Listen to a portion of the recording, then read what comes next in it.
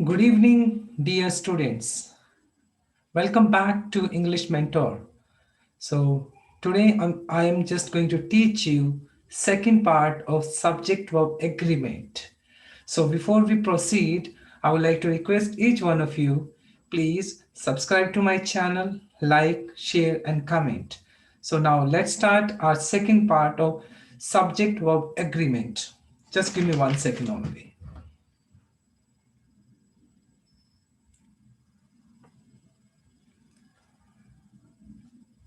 Okay, so now let's start with the very first rule. So my dear student, in this rule, I'm just going to tell you about collective noun. इस particular rule में मैं आपको collective noun के बारे में बताने वाला हूँ. देखें, रूल नंबर 1 और रूल नंबर 2 कलेक्टिव नाउन के ऊपर बेस्ड करते हैं दोनों के दोनों.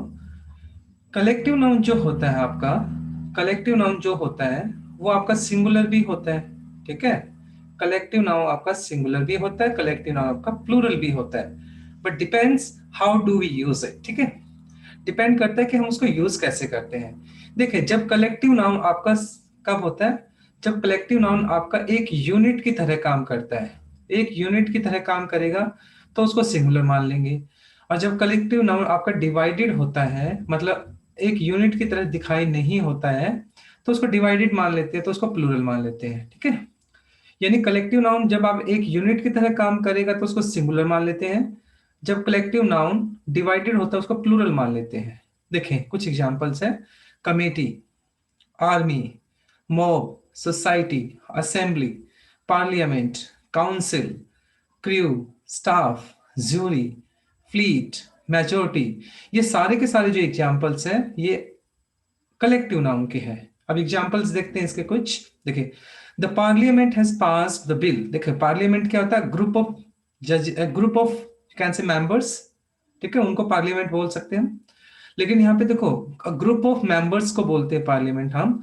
हालांकि वो बहुत ज्यादा है, लेकिन फिर भी क्योंकि पार्लियामेंट एक कलेक्टिव नाउन हो गया तो इस वजह से हमने यहाँ पे हैज लगाया है. हैव यहाँ पे इनकरेक्ट हो जाता. ओके. असेंबली, असेंबली भी क्या होता है? ग्रुप ऑफ पर्संस होता है. तो इसलिए देखो, the assembly is in session now और डेज. यहाँ पे हमने इजी यूज किया, आर अगर हम यूज करते वो भी इनकरेक्ट हो जाता. ठीक है. द जूरी, जूरी होता है ग्रुप ऑफ जजेस. देखिए, the jury has taken a unanimous decision. Unanimous का मतलब एक मत होकर.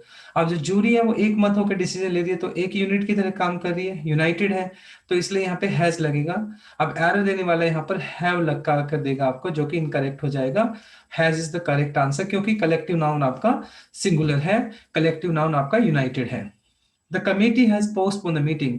अब कमेटी में 5 लोग थे, पांचों ने मिलकर डिसाइड किया चलो मीटिंग को कैंसिल कर देते हैं, पोस्टपोन कर देते हैं. तो सारे के सारे क्या यूनाइटेड है, तो इस वजह से हैज आ जाएगा. The committee has postpone the programme. ये रूल नंबर 1 था.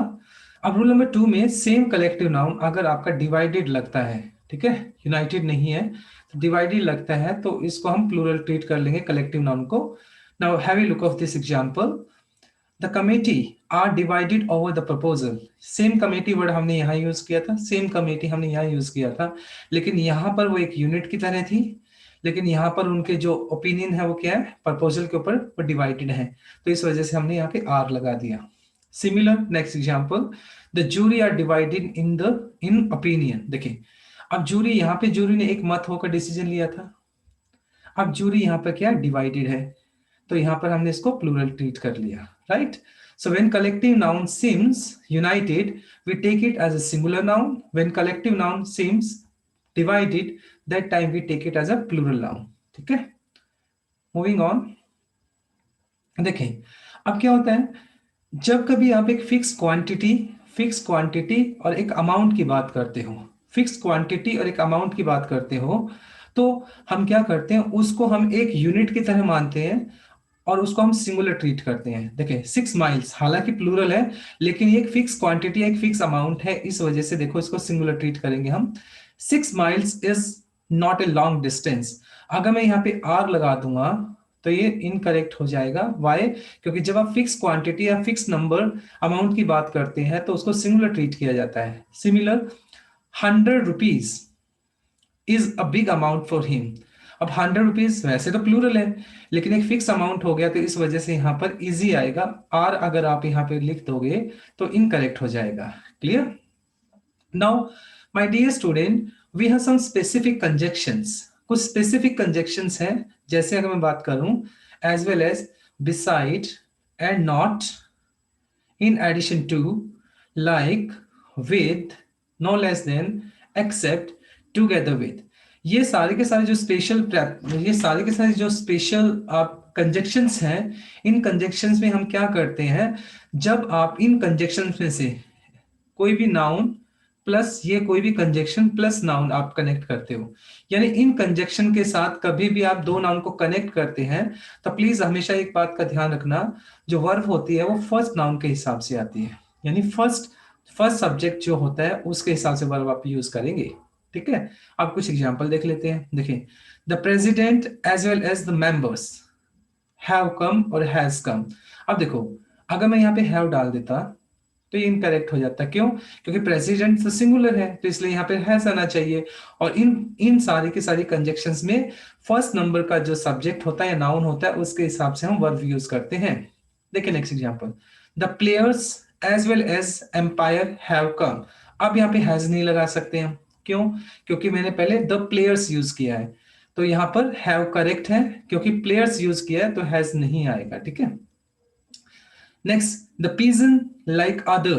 अब लाइक से हमने कनेक्ट किया इनको, like other birds has wings. देखें, पिजन क्या है, सिंगुलर है, तो इसलिए हमने यहाँ पे क्या यूज कर दिया, हैज यूज कर दिया। ठीक है, Ram not his friends, Ram not his friends. अब नॉट क्या हो गया, कंजक्शन हो गया आपका। ठीक है, राम सिंगुलर है तो हमने यहाँ पे वॉज लगा दिया, प्रेजेंट दिया। The house was, the house with, अब विद क्या हो गया आपका, कंजक्शन हो गया, हाउस सिंगुलर हो गया, it's all belonging was solved. क्योंकि हाउस सिंगुलर था तो इसलिए हमने यहाँ पे क्या कर दिया, वॉज यूज कर लिया। क्लियर?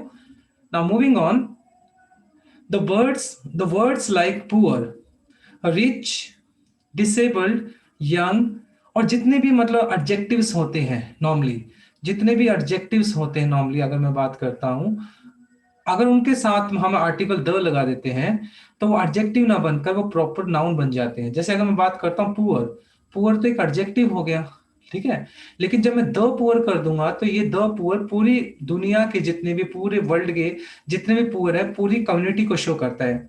सिमिलर अगर मैं बात करता हूँ, स्मार्ट लिख देता हूँ, तो स्मार्ट तो नाउन, स्मार्ट तो आपका एडजेक्टिव हो गया, लेकिन द स्मार्ट में बोलूंगा तो ये पूरी कम्युनिटी को शो करेगा। सिमिलर अगर मैं बात करता हूँ ब्लाइंड, तो ब्लाइंड क्या हो जाएगा आपका, एडजेक्टिव हो जाएगा, लेकिन द ब्लाइंड कर दिया तो पूरी दुनिया के जितने भी ब्लाइंड है उनकी बात कर रहा हूं मैं। तो कहने का मतलब, अगर आप एडजेक्टिव के साथ में आर्टिकल द लगा दोगे तो वो क्या करेगा, वो पूरी की पूरी कम्युनिटी को शो करता है। ठीक है, जैसे the poor, the rich, the smart, the beautiful, the honest, तो इस तरीके से। लेकिन अब एरर क्या होता है, देखें, अगर पुअर, एक पुअर क्या है, पुअर तो एडजेक्टिव है। ठीक है, अगर हम इसको प्लूरल बनाना है तो हमें इसको करना पड़ेगा द पुअर, लेकिन अब एरर कैसे दे देते हैं, पुअर पुअर्स बना देते हैं, जो कि इनकरेक्ट होता है। ठीक है, इनकरेक्ट होता है। रिच होता है सिंगुलर, तो द रिच कर देंगे हम, तो बहुत सारे रिच रिच जो लोग हैं उनकी बात कर रहा हूं मैं। ऑनेस्ट होता है एक बंदे के लिए। ठीक है, अगर मैं बात करता हूँ दो ऑनेस्ट, दुनिया के सारे ऑनेस्ट की बात हो जाएगी। तो कहने का मतलब, जब एडजेक्टिव के साथ आप आर्टिकल द लगा देते हैं तो पूरी कम्युनिटी को शो करता है और प्लूरल फॉर्म में ट्रीट किया जाता है। फिर उसको आप उसके साथ एस या एस नहीं लगा सकते हैं। जैसे अगर मैं बोलता द पुअर आर ट्रस्ट वर्दी, अब देखो द पुअर आर ट्रस्ट वर्दी, यहाँ पे पुअर मैंने पूरी कम्युनिटी के, पूरे वर्ल्ड के, पूरी दुनिया के जो पुअर है उनकी बात की है, तो यहाँ पे हमने इसको प्लूरल ट्रीट किया तो इसलिए आर आएगा, यहाँ पे इज नहीं लगा सकते पहली बात तो हम।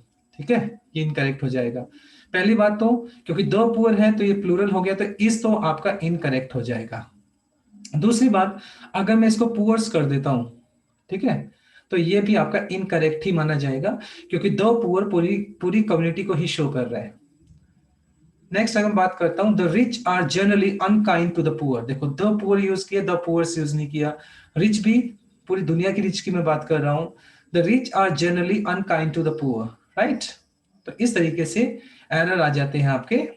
नेक्स्ट अगर मैं बात करता हूं, कुछ डिटर्मिनर्स है, जैसे अगर मैं बात करूं ऑल और सम। देखें, ऑल और सम जो सम है वो डिटर्मिनर है। क्या है ये, डिटर्मिनर।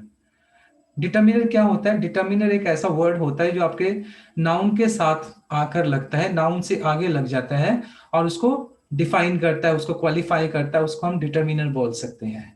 अब देखिए, ऑल और सम जो है वो डिटर्मिनर है। अब ये जो ऑल है ये आपका काउंटेबल नाउन के साथ भी यूज कर लेते हो, अनकाउंटेबल नाउन के साथ भी यूज कर लेते हैं। सिमिलर ही आपका सम जो होता है ये भी आपका अनकाउंटेबल और काउंटेबल दोनों के साथ यूज कर लेते हैं, ठीक है।